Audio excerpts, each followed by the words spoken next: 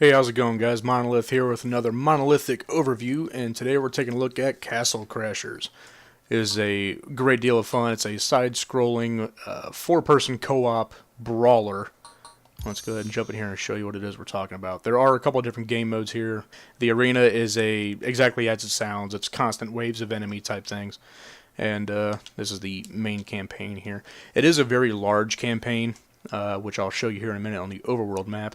This is the character select screen, and you're seeing the controller commands. I do have a controller plugged in. I'm using it for this playthrough, and it is recommended directly from the producer of this game, the developer. The knights that you start off with, the green, red, blue, and orange, are the first four you start with. They're all pretty similar, but they have obviously different skins, but their magic ability is a little different between the four of them. Most of this guy's from Battle Block Theater, which is made by the same developer. I just bought Battle Block Theater. I haven't gotten around to playing it yet, but I'll probably wind up doing a video on it here pretty soon. A lot of these you'll unlock through beating certain bosses and beating certain levels and whatnot. So let's go ahead and jump in on the guy I've been playing, show you where I'm at here on the campaign. Now the first thing we're going to see is the overworld map. All the way over here is the arena mode. And there's the blacksmith. The blacksmith's kind of cool. As you're running through the game, you can see this little giraffe floating behind me. You get these familiars, basically, is what they're called in most games. They just kind of float behind you, and a lot of them are just passive buffs. Stuff like, you can find hidden treasures that they can find for you. I believe the owl, let me see if I think he's all the way over here. Yeah, the little owl you can see right there, he, if I remember correctly, will find food and whatnot that's hidden in the environment that he'll bring to you and drop to you, and then it'll regain some health for you. Most of the time I'm sticking with the giraffe. I'm pretty sure he's the experience boost. The seahorse you see right there does something with being able to swim underwater, I believe.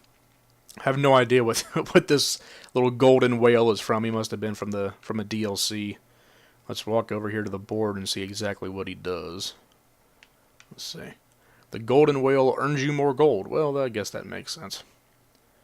Let's snag the giraffe right here. Oh, he actually drops it on the ground. That's pretty interesting. Let's see. I believe this is more experience. Yep, more experience. So let's stick with him for now. There are some of them that have active abilities. There's a ram that will randomly knock down enemies. But what you're seeing here is for some reason, the belly of this random animal that's been captured and put to good use, I guess you could say, by the blacksmith. But here's where any weapon you unlock will be stored here. Anything from, the mundane, regular sword, all the way up to some pretty crazy stuff down here towards the end that you get from DLC packs. Here's a lightsaber, because why not? That is from, I think that's from Alien Hominid, which is another game this developer did.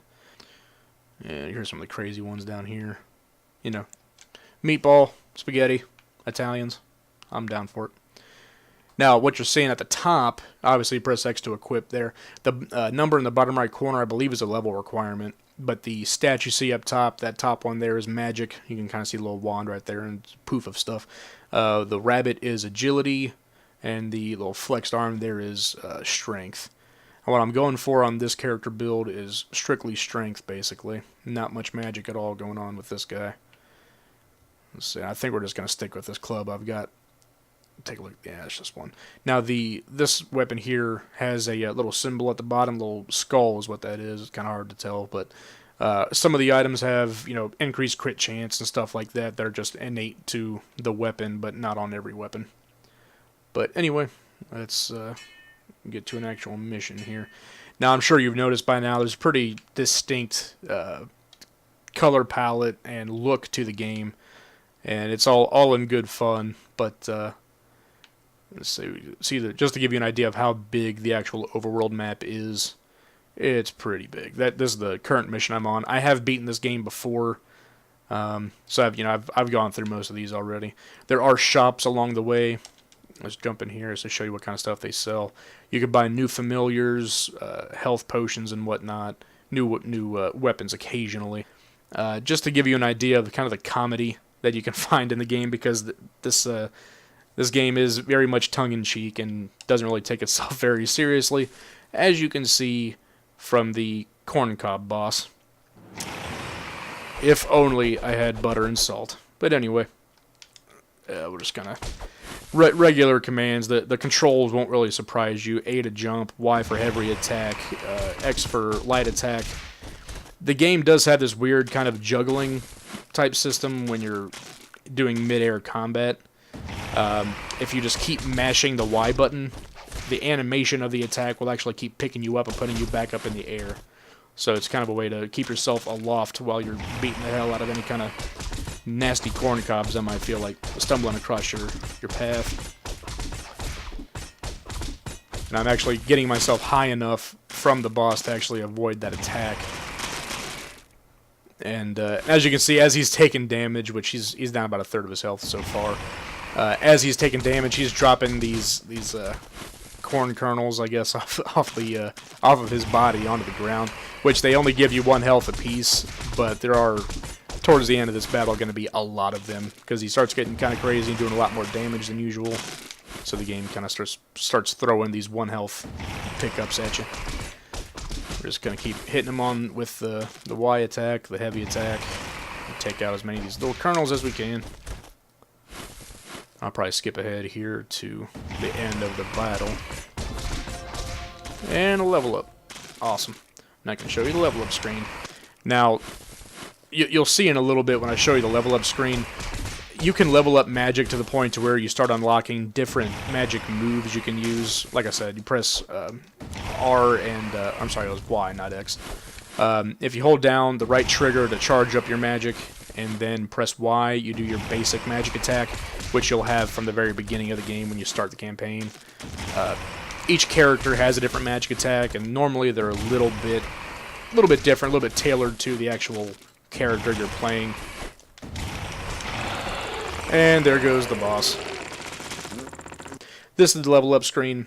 Strength, magic, defense, and agility. Pretty basic.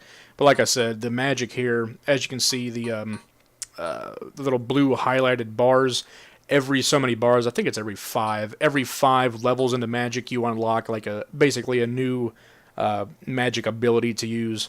Like I said before, you hold down R, press Y for the basic magic attack, which I haven't even gotten to the second version yet, but I believe the first power-up is a stronger version. The second power-up, the second blue bar, is an aerial version you can use, which, again, if I recall correctly, the Fire Knight's aerial magic ability is kind of like a little, almost like a little meteor, like a little fire blast that's kind of at an angle from you while you're up in the air.